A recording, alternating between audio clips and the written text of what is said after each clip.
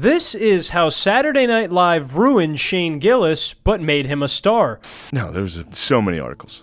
I think I was number one on Twitter for like 3 straight days. Just getting fucking eviscerated. Did you read it all? Oh, I read all of it. Oh. It was just very stressful and like kind of funny when I was just with my friends. If you're even a casual fan of stand-up comedy, you know that within the last few years, Shane Gillis has become one of the most popular comedians working today. At this point, most people are familiar with the fact that the young bull was hired to be a part of the cast at Saturday Night Live several years ago, but was subsequently fired after a journalist found a video of Shane on a podcast using a slur for Asian people that rhymes with the word drink. Shane received a lot of backlash online for what he said, and a lot of professional Twitter users claim that Shane was a racist who isn't even funny, and that it was a good thing he didn't get Saturday Night Live. What a lot of these retards didn't understand is that it actually would end up being a great thing for Shane, because it got him a lot of attention, and his career went another direction. Bars. With all of this extra notoriety, in due time the love that Shane Gillis received for his comedy would outnumber the hate tenfold, because it turns out Shane is an incredibly funny and talented stand-up comedian. If you're curious as to how Shane took this negative event and bounced back from it, then you've come to the right place. I will be discussing exactly how Shane handled the situation so well, and what it was that allowed him to transcend his cancellation and become one of the biggest stars in comedy. To get a crystal clear understanding of Shane's journey to the top, we need to first establish a clear timeline of events of what all Shane went through. To begin with, before auditioning for Saturday Night Live in September 2019, Shane was not exactly the household name he is today. He actually describes on the Joe Rogan Experience how he was poor and nobody really knew who he was.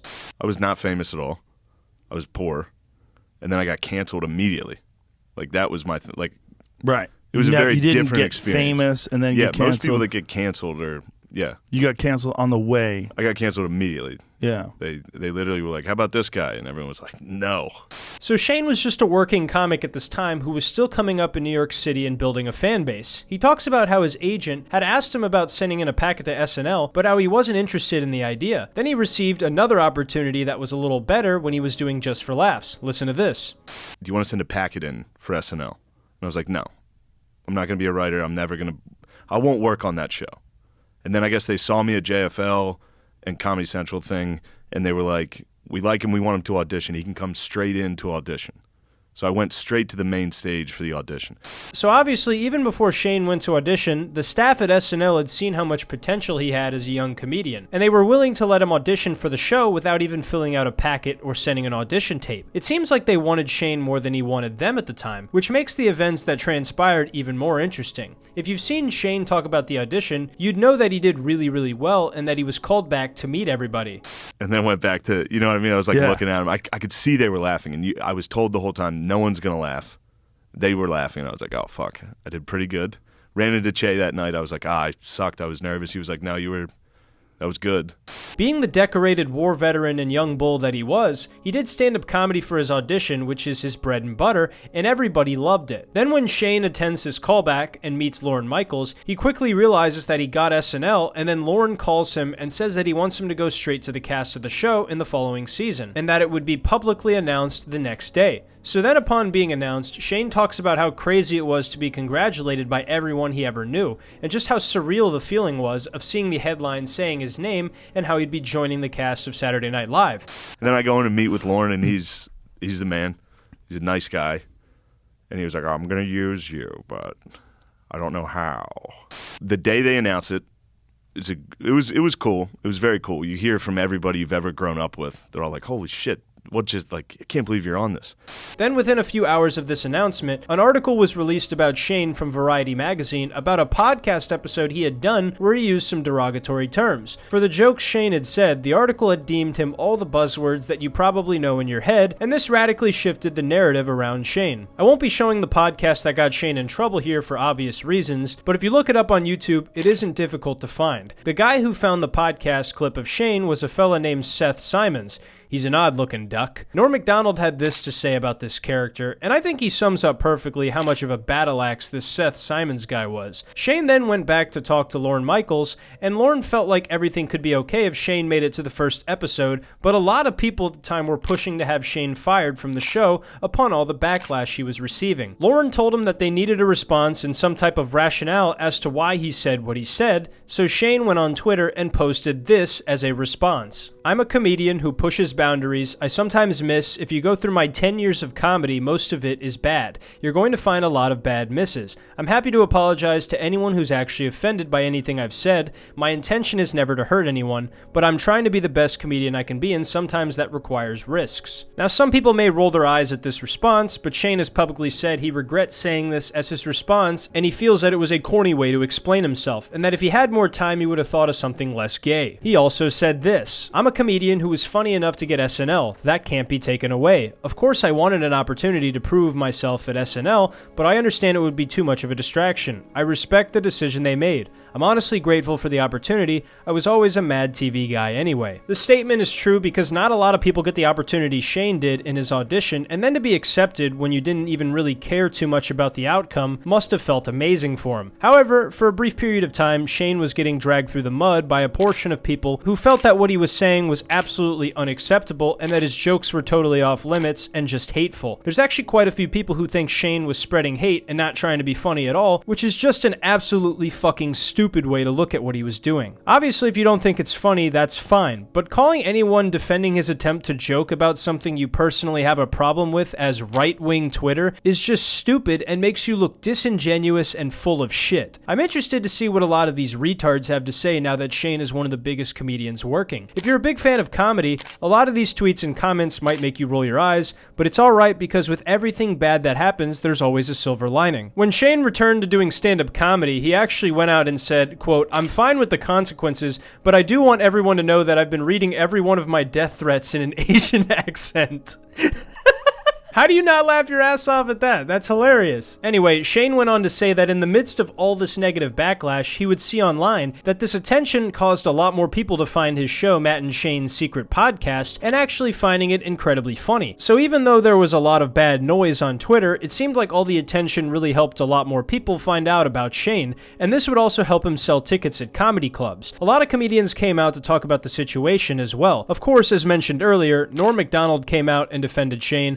A few other comedians talked about it as well, and Bill Burr also went on to talk about how he doesn't think it was fair of people to judge Shane as a person because of this incident. Check it out. I don't think it's fair. I wouldn't want to be judged by one thing that I did. Yeah.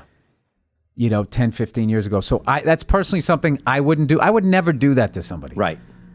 And it's just I not think it says a lot about you as a person that you went out and did that to him. I don't think, especially like as you're starting out as a comic or you're riffing and stuff. So along with receiving some hate and making a lot of new fans, it seemed like Shane Gillis had also gained some respect from a lot of veteran comedians. Even with this unfortunate event for Shane, it seemed like things were just getting better for him at this point. On a side note, I thought I'd share with you guys that I saw Shane coming to my home comedy club in Tampa back in May 2021, and I went to see him live for myself on my 21st birthday, and it was one of the best shows I had ever seen in Tampa. I actually got to meet and talk with him before his set and also after his set again, and he told me about his phone call with Norm Macdonald. This meant the world to me, and it instantly made Shane one of my favorite comedians because not only was he incredibly funny, but he's also an incredibly down-to-earth guy as well. Aside from my personal anecdote, Shane would proceed to sell tickets across the country in 2021, and I imagine most of, if not all of them, were amazing shows that would continue to show people just how funny Shane really was. Then in July 2021, Shane would appear on the Joe Rogan Experience, where he discussed in great detail everything that happened to him with the Saturday Night Live firing,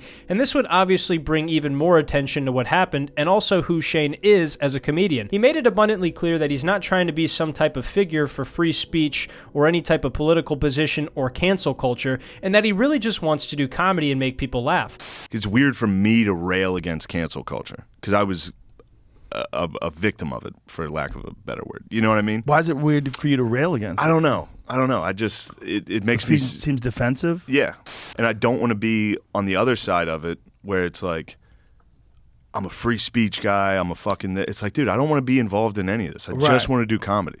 This is part of the reason so many people love Shane, because he's not in it for the clout or the fame, and he really just wants to do what he thinks is most entertaining. Joe would love Shane, and this would lead to him becoming a regular guest on the Joe Rogan Experience. He also talked briefly about the taping of his comedy special, which had not yet been released. The special would proceed to be called Live in Austin, and it was released on YouTube September 7th, 2021, and as of right now, it has over 22 million views, which is absolutely unreal. Many people in the comments absolutely loved this special, and a lot of comedy fans consider this to be one of the best comedy specials released that year. One of the bits in the special, Louis C.K. actually went on to praise on the Your Mom's House podcast. Check this out. Well, like Shane Gillis does a very funny thing in New York. He's a very funny anomaly in stand-up, which is that he's a red state product. Yeah.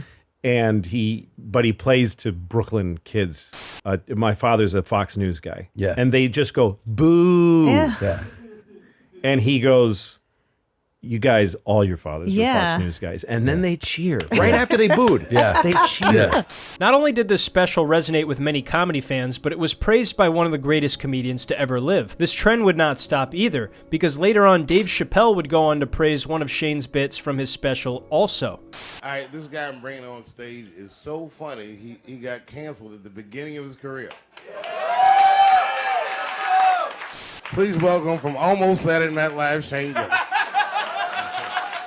I know this had to be one of the coolest moments of Shane's life right here at the Comedy Cellar. It would seem that all of his disingenuous detractors would be eating their words because sure, he didn't end up staying with Saturday Night Live, but now he's entertaining millions of people who love him and working with some of the most legendary names in comedy, all at his own merit. Then after this, Shane would tour with Louis C.K. for a bit and just continue to get funnier and funnier as a comedian. Matt and Shane's secret podcast would also reach new levels as well, with the podcast having just south of 400,000 subscribers now, and each episode regularly pulls well over that number in views. Additionally, the dogs have a Patreon for the podcast that has become the most popular Patreon on the website with almost 80,000 paid members. The dogs are making buckets of cash every month, and the best part about this is none of this has changed Shane or Matt. They're both still incredibly down-to-earth people, and they show with their actions that all they want to do is make people laugh, and that the money and fame, while being cool, isn't going to change who they are as people. To make things even better, as Shane's popularity continued to crank forward, he would eventually release another comedy special that streamed on Netflix titled Beautiful Dogs on September 5th, 2023. This was a splendid comedy special that was praised by many comedy fans and fellow comedians because it is exactly what Shane did in his previous special. All that was really different was the jokes. For someone that does humor that is considered unsavory by so many people, you'd think Netflix would have been more hesitant to platform such a hateful bigot, right? That's all horseshit. I don't believe what I just said. Shane got the special because he's funny.